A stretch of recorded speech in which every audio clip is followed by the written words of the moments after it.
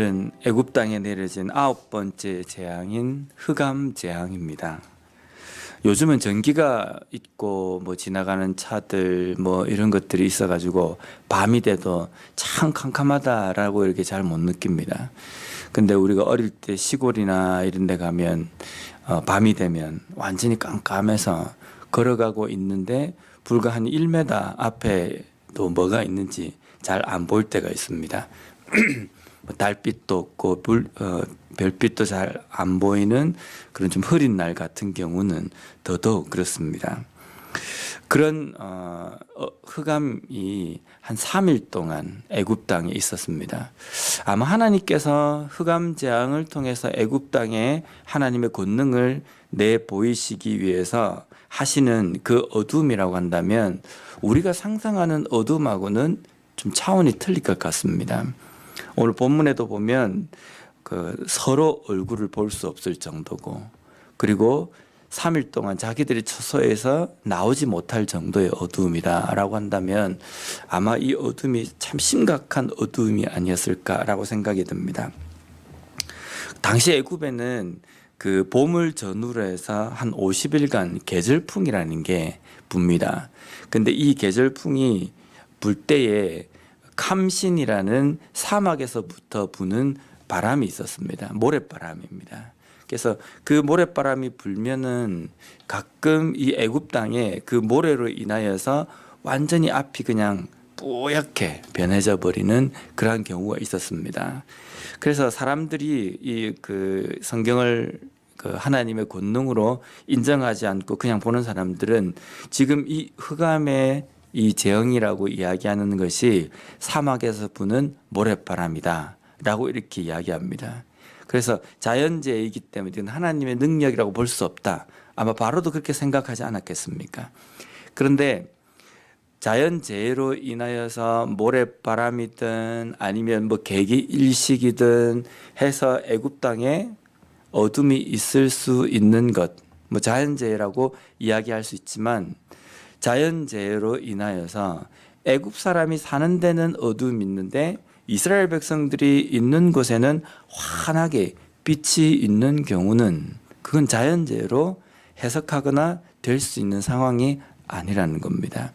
지금 이 어두움의 이 재앙은 하나님께서 애굽 땅 가운데에 그 빛을 차단하시고, 그리고 하나님께서 이스라엘 백성들이 있는 곳에만 빛을 주시는 그 상황입니다.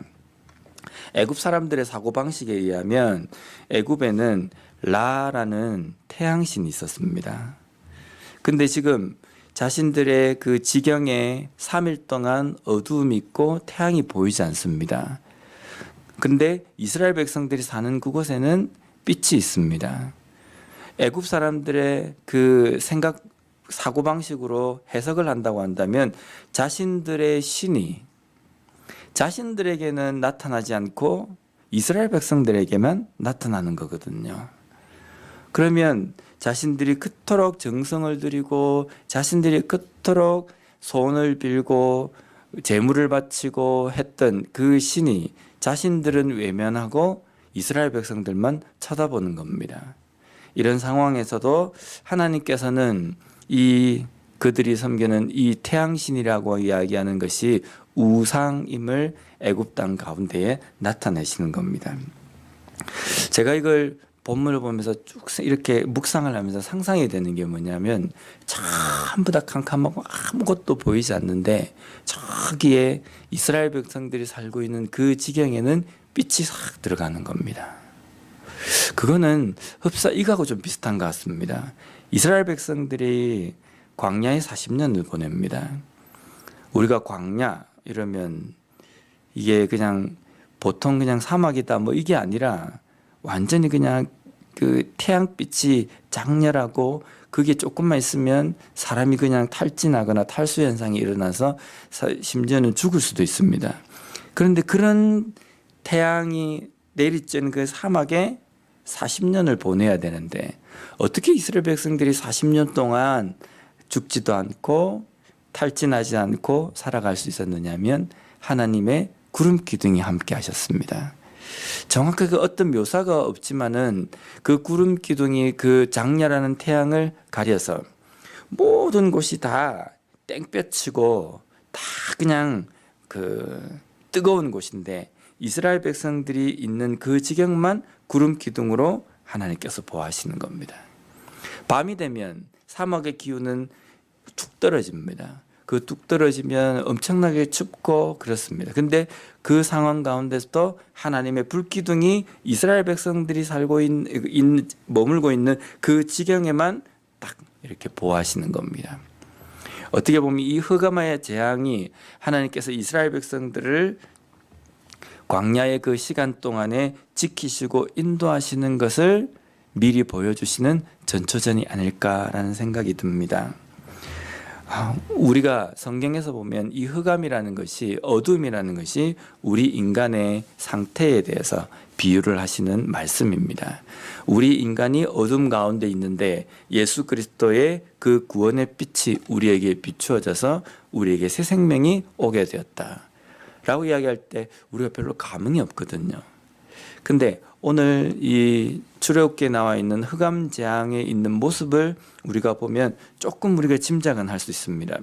흑암 가운데 있다라는 것은 어둠 가운데 있어서 바로 앞에, 한치 앞에 그 상황도 알지 못하고 자기가 있는 처소에서 나오지도 못하는, 움직이지도 못하고 이러지도 저러지도 못하고 그냥 주저앉아 있는 그 모습이 어둠 가운데 있는 애굽 사람들의 모습입니다. 우리가 죄로 인하여서 어둠 가운데 거하였다라는 이것은요, 뭐 약간 좀 밝지가 않다라는 이 의미가 아니라 캄캄하다는 겁니다. 캄캄해서 어디로 가야 되고 무엇을 선택해야 되고 또 어느 방향이 옳은지도 전혀 모르는 겁니다. 그래서 그 모르는 그 어둠 가운데에 구원의 빛이 비추어져서 우리에게 새로운 생명을 주시고 빛으로 인하여서 앞을 밝혀주십니다. 앞에 빛이 있다고 한다면 우리가 어디로 가는 것이 바른 길이고 어느 쪽이 옳은 길인지를 우리에게 알게 하시고 우리를 인도해 주신다는 겁니다. 이스라엘 백성들의 진영 가운데 빛이 있었던 것처럼 이 시대에 어둡고 또 암흑 가운데 있는 우리에게 예수 그리스도를 통하여서 우리에게 새로운 빛을 주시고 새로운 생명을 주신 구원의 은혜가 우리에게 함께 하십니다. 그렇기 때문에 우리가 이 땅에 살아가면서 내가 뭔가 잘 되고 내게 좋은 것이 있기 때문에 빛의 상태가 아니라 하나님께서 나와 함께 하시기 때문에 그곳이 빛이 있는 겁니다. 그래서 평범한 것 같지만 그 평범함을 하나님께서는 거두어 가실 수 있다는 겁니다.